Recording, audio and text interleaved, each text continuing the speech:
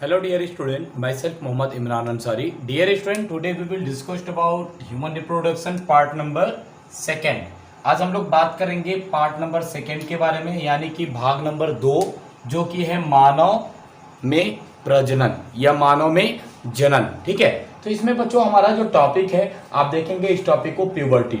Puberty का मतलब होता है यौनारंभ या यौनावस्था जो होता है, ये इसी को प्यूबर्टी फेज कहा जाता है। तो बच्चों ध्यान से समझिएगा प्यूबर्टी आखिर होता क्या है।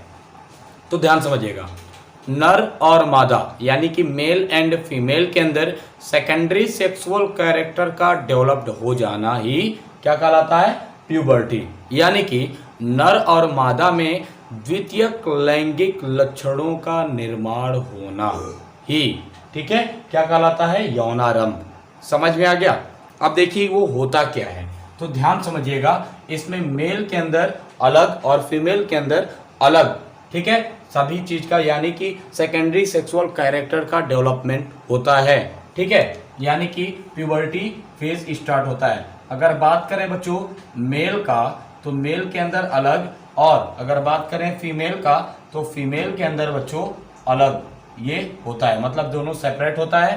पहली बात, मेल के अंदर याद रखिएगा बच्चों, ये 12 से 14 साल के आयु के बाद से, ठीक है, 12 से 14 साल के बाद से ये प्यूबर्टी फेज स्टार्ट हो जाता है। ध्यान समझिएगा, 12 से 14 साल के आयु के बाद से बच्चों ये यौनारंभ शुरू हो जाता है। ठीक है, और अगर फीमेल का बात किया जाए तो फीमेल में 10 से 12 साल के बाद से बच्चों जो यौनारंभ होता है वो शुरू हो जाता है। ठीक है, ये बच्चों एक तरह का एज है, याद रखिएगा ये एज है। ठीक है, फीमेल के अंदर 10 से 12 साल होना चाहिए और मेल के अंदर बच्चों 12 से 14 साल का एज होना चाहिए। किसके लिए, यौनारंभ के लिए, यानी कि प्यूबर्टी के लिए। ठीक है, अब देखिए प्यूबर्टी में होता क्या है। प्यूबर्टी में बच्चों होता क्या है, मेल से बच्चों मेल हार्मोन निकलता है जिसका नाम है टेस्टोस्टेरोन। याद रखिएगा, टेस्टोस्टेरोन एक हार्मोन होता है जो मेल से सिक्रेट होता है। फीमेल से बच्चों इसका नाम होता है प्रोजेस्टेरॉन। ठीक है, प्रोजेस्टेरॉन ये हार्मोन होता है जो फीमेल के बॉडी से सिक्रेट होता है। ये दोनों हार्मोन सेकेंडरी सेक्सुअल कैरेक्टर में हेल्प करते हैं, मदद करते हैं। आइए पहले हम लोग जानते हैं कि मेल के अंदर सेकेंडरी सेक्सुअल कैरेक्टर क्या क्या होता है। तो सबसे पहली बात बच्चों, वॉइस का बहुत ही ज़्यादा लाउड होना, यानी कि आवाज़ का भारी होना। सबसे पहले होता है वॉइस का लाउड होना, ठीक है, यानी आवाज़ जो होता है वो भारी हो जाता है मेल का। फिर क्या होता है, उसका दाढ़ी मूंछ आने लगता है, बॉडी के कई पार्ट्स से पे हेयर निकलने लगते हैं, और सबसे मोस्ट इम्पॉर्टेंट बात बच्चों, इसके अंदर स्पर्म का प्रोडक्शन होने लगता है, स्पर्म बनने लगता है। और ध्यान से समझिएगा, इनके जो कंधे होते हैं बच्चों, यानी कि जो शोल्डर होता है वो बहुत ही ज़्यादा चौड़ा हो जाता है। समझ में आ गया, यानी कि मेल के अंदर सेकेंडरी सेक्सुअल कैरेक्टर का डेवलपमेंट होने का मतलब क्या समझ रहे हैं। सबसे पहले बात की, इसका एज जो होता है 12 से 14 साल का होना चाहिए, और इसके बाद से इसके अंदर सेकेंडरी सेक्सुअल कैरेक्टर डेवलप्ड होने लगते हैं। और इसके अंदर सबसे पहली बात बच्चों, टेस्टोस्टेरोन हार्मोन बनने लगता है, और इसका आवाज़ जो होता है बच्चों वो बहुत ही ज़्यादा भारी हो जाता है। और उसके बाद से इसके शरीर के कई पार्ट पे, यानी जननांग पे भी, यानी रिप्रोडक्टिव जो ऑर्गन होता है, रिप्रोडक्टिव ऑर्गन यानी कि प्रजनन अंग जो होता है, उस पे बच्चों बाल निकलने लगते हैं, और कई भी पार्ट्स पे बाल यानी हेयर निकलने लगते हैं। और बच्चों सबसे मोस्ट इम्पॉर्टेंट बात, स्पर्म का फॉर्मेशन होना शुरू हो जाता है। और उसके बाद से और भी देखेंगे तो जो मेल का शोल्डर होता है, ठीक है, वो चौड़ा हो जाता है। समझ में आ गया। अब देखिए सेम वैसे ही फीमेल्स के अंदर अगर देखा जाए तो फीमेल्स के अंदर भी सेकेंडरी सेक्सुअल कैरेक्टर डेवलप्ड हो जाते हैं। अब इनके अंदर क्या क्या डेवलप्ड होते हैं, तो ध्यान समझिए, इनका जो वॉइस होता है बच्चों, यानी कि जो आवाज़ होता है वो बहुत ही ज़्यादा थीन हो जाता है, यानी कि पतला हो जाता है। उसके बाद से ये भी सेकेंडरी सेक्सुअल कैरेक्टर के अंदर ये डेवलप्ड होता है। इनके अंदर भी हेयर निकलने लगते हैं। जो भी रिप्रोडक्टिव पार्ट होते हैं उनके पास क्या होते हैं, रिप्रोडक्टिव ऑर्गन के पास हेयर निकलने लगते हैं, बाल आने लगता है। उसके बाद से फीमेल्स के अंदर अगर आप देखेंगे तो मेंस्ट्रुअल साइकिल का भी फॉर्मेशन होना शुरू हो जाता है, मीन्स एमसी का फॉर्मेशन होना शुरू हो जाता है। मेंस्ट्रुअल साइकिल आने लगता है जो कि पर मंथ फीमेल्स के अंदर आता रहता है। समझ में आ गया? तो बच्चों इसी को कहा जाता है प्यूबर्टी। मेल के अंदर क्या क्या होता है ये समझ गए आप लोग, एंड फीमेल के अंदर क्या क्या होता है। इस तरह से इसी को बच्चों यौनावस्था या यौनारंभ कहा जाता है, और ये इसी को इंग्लिश में प्यूबर्टी कहा जाता है। ठीक है, तो याद रखिएगा मेल के अंदर प्यूबर्टी 12 से 14 साल के बाद से शुरू होता है, और फीमेल के अंदर जो होता है प्यूबर्टी 10 से 12 साल के अंदर उसके बाद से ही शुरू हो जाता है। ठीक है, उम्मीद करता हूँ कि ये बात आपको समझ में आया होगा। अब आइए हम लोग बात करते हैं इसके आगे के टॉपिक के बारे में, यानी कि नर जनन तंत्र के बारे में, नर जनन अंग के बारे में। ठीक है, आइए इसके बारे में हम लोग बात करते हैं। ठीक है, मेल रिप्रोडक्टिव सिस्टम यानी कि नर जनन तंत्र। नर जनन तंत्र होता क्या है इसको एक बार समझ लीजिए। ऐसा तंत्र जो कि जनन क्रिया में भाग लेता हो और नर में पाया जाता हो उसे कहते हैं नर जनन तंत्र, यानी कि मेल रिप्रोडक्टिव सिस्टम। इस बात को याद रखिएगा।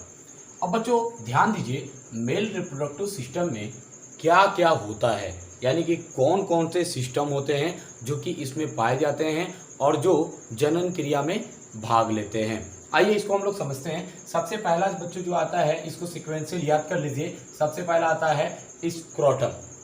ठीक है, स्क्रोटम जो होता है बच्चों, ये जो मेल का टेस्टिस होता है उसका एक बाहर का एक प्रोटेक्टिव लेयर होता है, इसको याद रखिएगा, इसको कहते हैं स्क्रोटम। दूसरा आता है ए pair of testis. A pair of testis का मतलब होता है नर के अंदर एक पेयर यानी कि एक जोड़ा टेस्टिस पाया जाता है, जो कि आप देख सकते हैं दोनों तरफ से।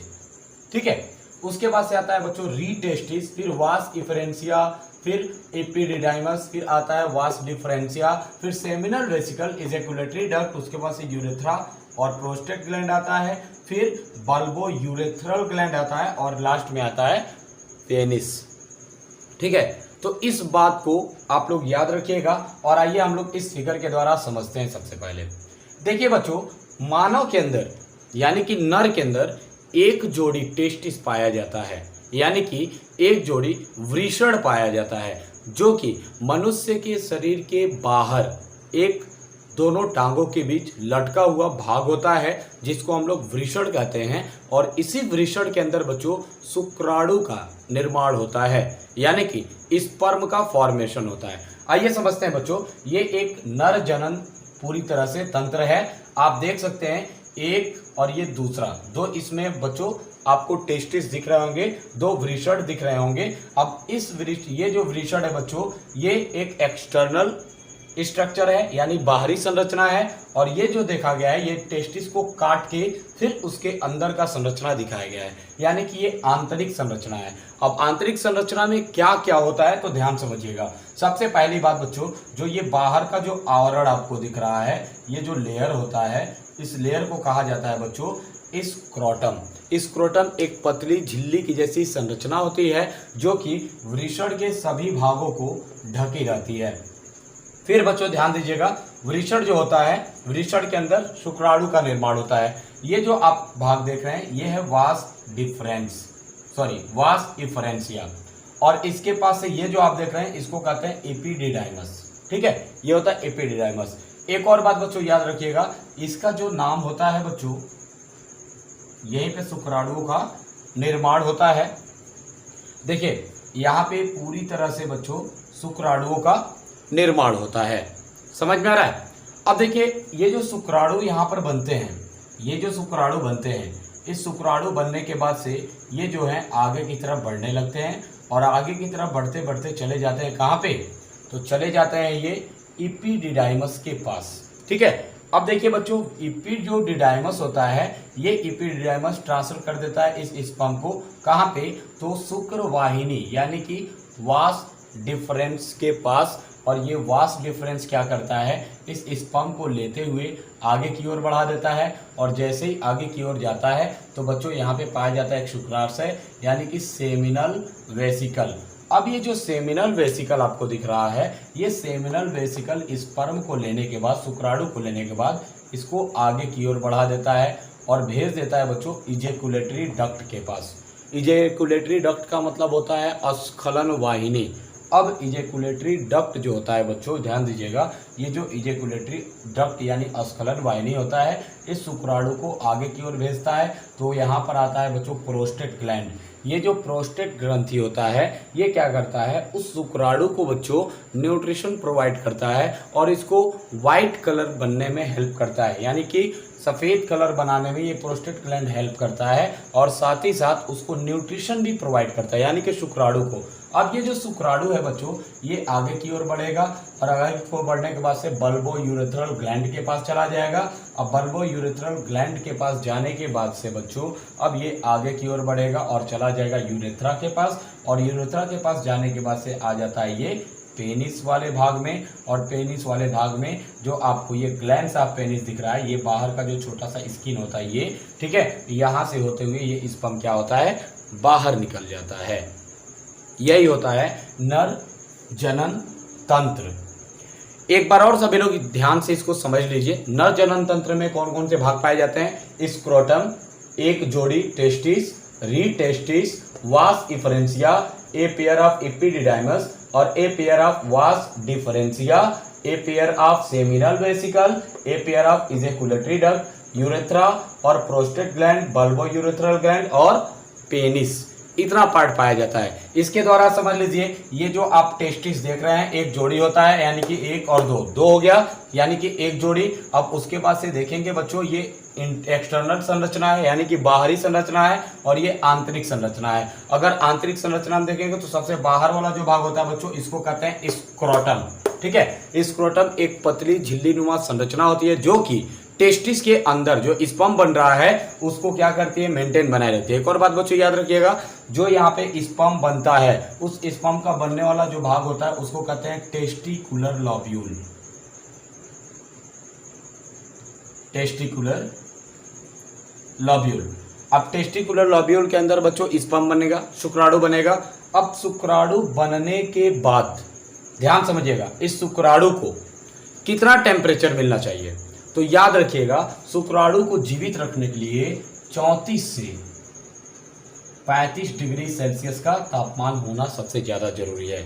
34 to 35 डिग्री सेल्सियस मीन्स हमारे बॉडी से 2 से 3 डिग्री सेल्सियस का टेम्परेचर होना सबसे ज़्यादा जरूरी है। यही कारण है बच्चों कि जो यहाँ पे आप ये जो देख रहे हैं टेस्टिस, ये हमारे शरीर के बाहर यानी नर के शरीर के बाहर एक लटका हुआ भाग पाया जाता है, जिसके वजह से हमारे बॉडी का भी टेम्परेचर इसको मिलता रहता है और बाहर का एटमॉस्फेयर का भी टेम्परेचर मिलता रहता है, और ये 34 to 35 डिग्री सेल्सियस के टेम्परेचर पे कॉन्स्टेंट बना रहता है। अब देखिए बच्चों, यहाँ पे टेस्टिकुलर लॉब्यूल में स्पर्म बनने के बाद, शुक्राणु बनने के बाद ये यहाँ से आगे की ओर ट्रांसफर होने लगता है और चला आता है बच्चों कहाँ पे, तो ध्यान समझिएगा, आ जाता है ये डायरेक्ट कहाँ पे, एपिडिडाइमस के पास, और एपिडिडाइमस से होते हुए ये आगे की ओर बढ़ता है, चला जाता है वास इफरेंस, और वास इफरेंस से होते हुए बच्चों ये जो शुक्राणु है ये चला जाता है वास डिफरेंस यानी कि शुक्रवाहिनी के पास, और शुक्रवाहिनी के पास जाने के बाद से बच्चों ये चला जाता है शुक्राशय, शुक्राशय के पास। अब शुक्राशय से होते हुए बच्चों ये है शुक्राशय, यहाँ से होते हुए कहाँ चला जाता है, प्रोस्टेट ग्लैंड, प्रोस्टेट ग्लैंड से न्यूट्रिशन प्रोवाइड कराता है, और न्यूट्रिशन लेने के बाद से ये चला जाता है आगे की तरफ यानी बल्बो यूरेथ्रल ग्लैंड के पास, उसके बाद से आता है यूरेथ्रा, यूरेथ्रा के बाद से पेनिस के मीडियम से ये हमारे शरीर से बाहर निकल जाता है। इस बात को सभी लोग याद रखिएगा, ठीक है। ये बहुत ही मोस्ट इंपॉर्टेंट बच्चों टॉपिक है। इस टॉपिक को नीट के एग्जाम में कई बार पूछा गया है, इसलिए इसको समझते चलिएगा। मैं इसको टॉपिक वाइज इस वीडियो को बनाता रहूँगा, इसलिए इसको आप अच्छे से समझते चलिएगा। अब बच्चों हम लोग क्या करेंगे, एक एक के बारे में हम लोग डिटेल से चर्चा करेंगे, जानेंगे कि आखिर ये कैसे बना है, कहाँ कहाँ से कौन कौन सा भाग पाया जाता है, किसका क्या काम होता है, कहाँ पर क्या काम होता है, इन सब के बारे में हम लोग को डिटेल से जानना है। तो आज के लिए बच्चों इतना ही रहने देते हैं, ठीक है। Thank you for watching this video.